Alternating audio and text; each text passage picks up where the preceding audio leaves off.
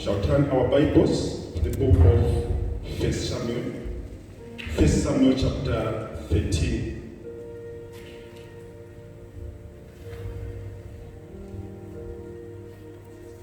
First Samuel chapter 13, verse 9 to 15. The word of God records.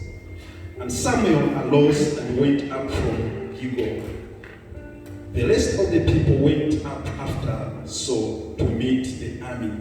They went up from Gilgal to Gibeah of Benjamin. And Saul numbered the people who were present with him, about 600 men. You can read it also from chapter 28, 1 Samuel chapter 28, verse 3 to 8. And the word of God records,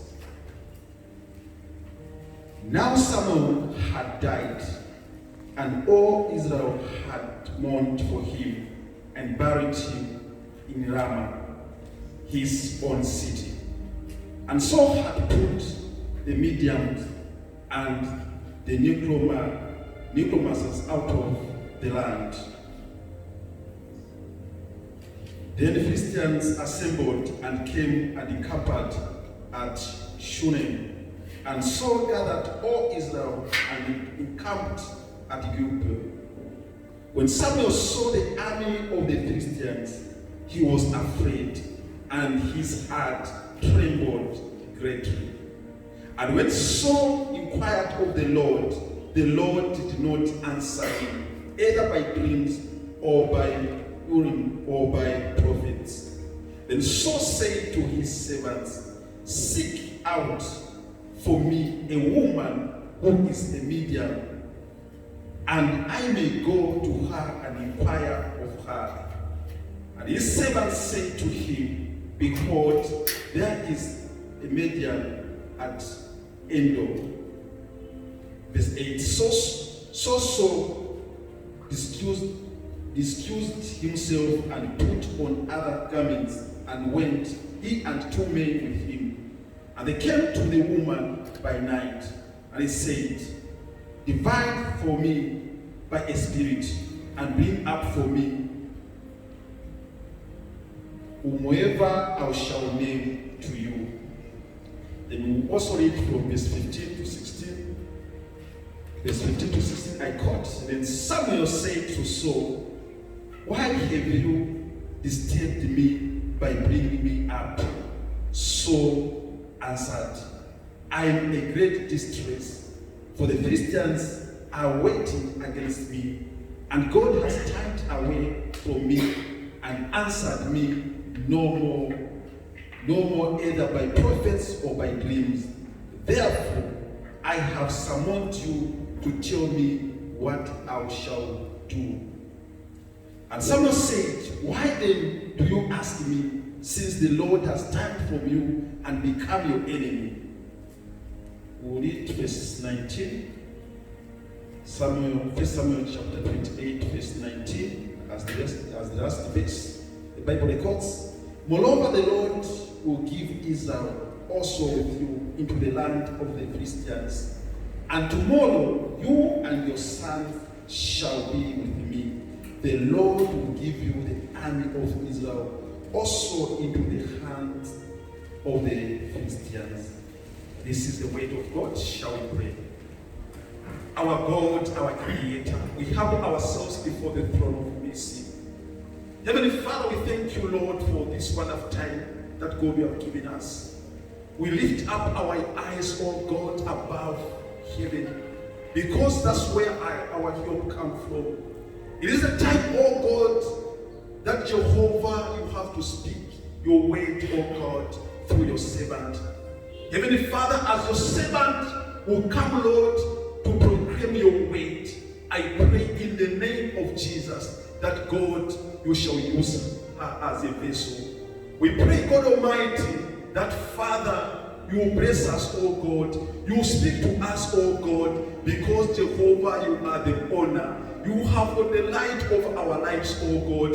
And what you say, God, is what we follow. We pray, our God and our Father, that Jehovah God, may we find also favor in your eyes, oh God. Because many of the times, God, that Father, on our own, Jehovah, we cannot stand. But with you, Jehovah, we are able to stand. We speak, God Almighty, for your blessings, that Jehovah, your Holy Spirit, shall help us, oh God, to listen and meditate, oh God, from your word. We love you, our God. We glorify your name. We lift everything in your mighty hands with thanksgiving. In Jesus' name we pray. Amen. At this wonderful time, we invite the speaker, Lieutenant Sakara, to give us the word of God. Amen.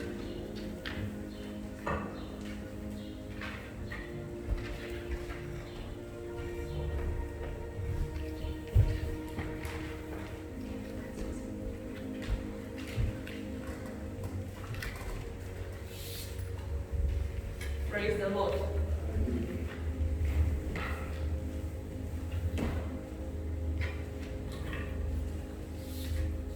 God is good all the time. And we need to give praise to Him because He's a faithful God. Only in Him do we trust and believe that He will do greater things in our lives. Amen. It is a wonderful day the Lord has made, and we will rejoice and be glad in it. Just encourage yourself to say, God is with me, and He's watching over your life. We thank God for everyone that has participated this morning to usher us in the presence of God. We praise Him for His faithfulness. Our theme this morning is obedience to God overpowers failure. Obedience to God overpowers failure. We have read from the book of 1 Samuel, chapter 13, verse 9 to 14. And then 1 Samuel 28, verse 3 to 8, 15, 16, and 19. Obedience to God overpowers failure. In life, almost everyone doesn't want to be called a failure. And that which I believe that even you don't want to be called a failure, neither do I want to be called a failure. And we find that those who fail always try by all means to find a way to rise up and be called a successor or a successful person. We have seen students, when they fail, they don't just give up. Those who are determined and don't want to be called failures, they do something in order to finish what they have started. They'll try to put an effort, and at the end of the day, you find that they'll finish and they'll graduate from their academic. There are many things that make us to fail in life. Many things. But what is important is, when you fail, what happens? When you fail, what happens? Do you feel sad? Do you give up? What happens to you? Even as Christians, we do fail. And this today, I want to look at two characters. That's Saul and David. And by the end of the day, it is my prayer that you have a question, and you answer whatever questions you've been having about failure, you will rise up from your failure and seek God and begin a new life. The things that make us Christians to fail is sin and disobedience. When we sin, it is not the end of the day or the end of everything. We can still rise up. We can still rise up and never give excuses. And as I've said, we are going to look at the two characters, Saul and David. And then you need to question yourself, which character are you? Which character are you? Are you the David. Now, there are just a few things that I want to talk about this morning, and then I'll conclude. The first one is, what is troubling you? When we read from the book, we find that Saul was troubled. The children of Israel were troubled and used to live in fear because of the Philistines, who used to make war with them, even though they were chosen people. Like us Christians today, like you and me. From verse 5, King Saul was afraid because of the enemies, the Philistines, and Saul's fear made him to panic. Despite that Saul was a great warrior, he had to fear. And he had to go and inquire, but there was no answer. Hallelujah.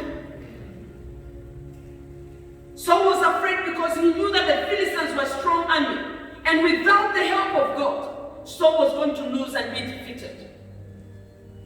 Despite him being a great warrior, he had the fear in him. And Saul was a great warrior, but he was a man who was easily influenced. And that we find in 1 Samuel chapter 13, verse 11 and 12. Despite that he was a great warrior, but he had some weaknesses in him. You can be a Christian in the church, yet you have failures. You have things that are making you to fail. You have challenges in your life.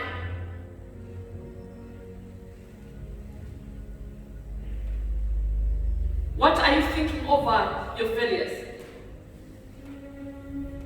Are you easily influenced by others?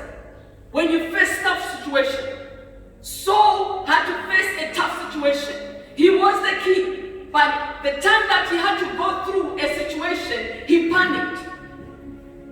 And he knew that if God does not come to our aid, then we will fail. Remember, obedience to God overpowers failure. Fear always leads us to panic, and panic leads us to failure. Because a person can easily be abandoned, or can easily abandon everything that he's doing. Are you facing a challenge? Are you facing a problem in your life? Are you panicking today? What is making you to panic? The panic of Saul was the Philistines, who were a great army and had to pursue him. And he knew that as long as he keeps on waiting, these guys will come and attack me. And when they attack my army, these are great armies who fell. He panicked and he had fear. He was shaking as the Bible would describe it. My question is, are you facing problems and temptations? Where is your attention today? Is your attention on the problems or on the greatness of God? You need to understand that patience is the best seed to success. Last week, Captain was saying, quiet and wait. There is power in waiting. There is power in being patient. And the only character will be seen when you are panicking. True character of a person will be seen when you're under pressure. So the first question you need to understand is, are you troubled? What is troubling you? That's my first question. Do you have situations around that are making you to panic or to be troubled? That are making you to fear? Just like Saul had to fear.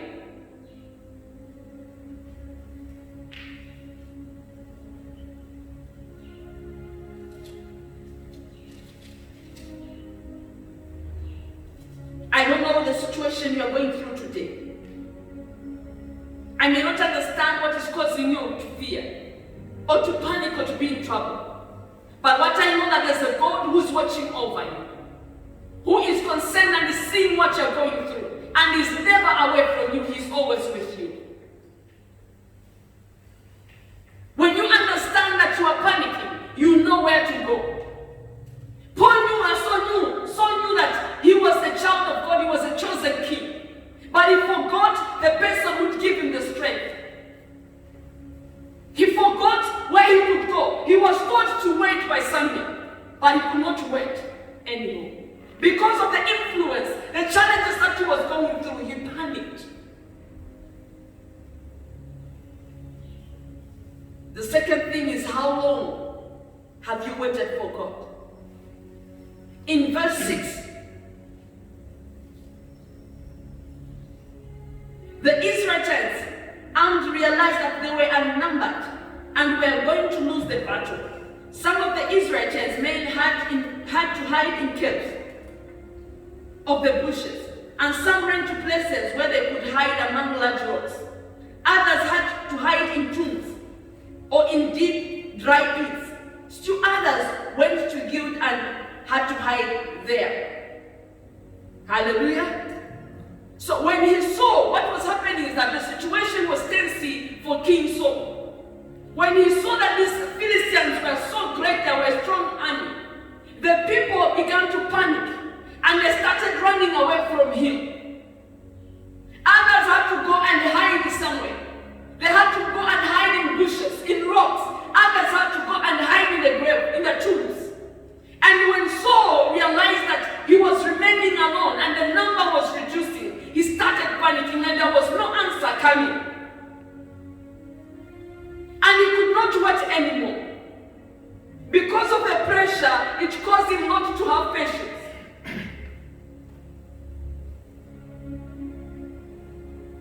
Verse 6 tells us that Saul inquired of the Lord, but the Lord did not answer him by dreams or prophet. This indicates that there was something wrong with Saul. As he was waiting, then things could not happen the way he thought. Then he went and sacrificed. He had to offer the sacrifice, which was not for him to do. It was meant for Samuel the prophet, the man of God, to do it. But Saul took up the place of a man of God and did what he was not instructed to do. And because of that, God was not happy with what he did.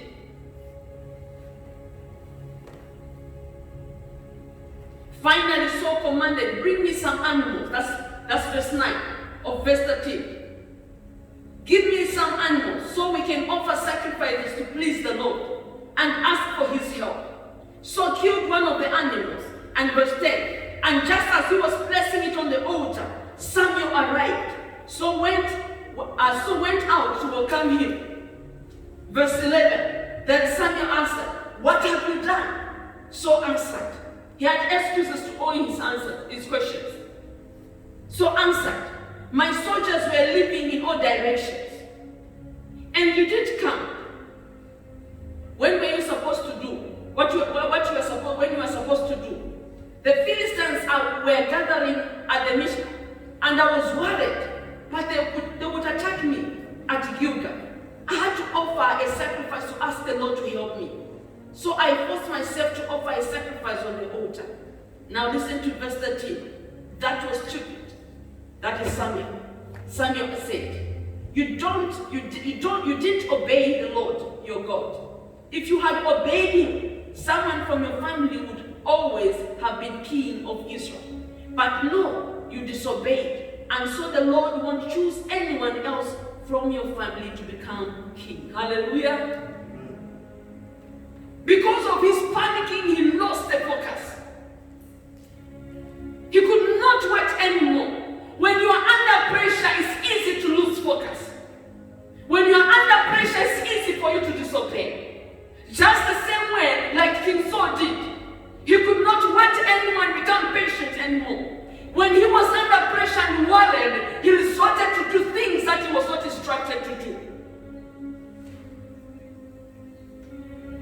And then he ended up making a sacrifice. We find that Saul offered the sacrifice himself rather than waiting for a priest. This was against God's law in Deuteronomy chapter 12, verse 5 and 14. And this was against some of the specific instructions according to Samuel.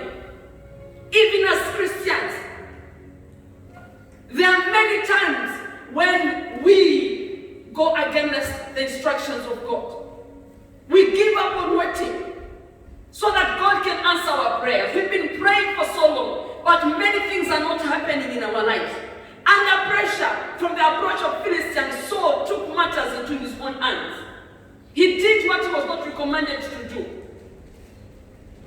Do we take matters in our own hands like Saul did? When you are troubled, what actions do you take? Where do you go? Who do you approach? Paul felt it is okay, Samuel has not come and I'm under pressure. Let me do what I need to do. But little did he understand that what he was doing, it was against the law of God. Sacrifice to God was good, but Saul took it in a wrong way. Like so, some of us, we are troubled today. We are losing focus.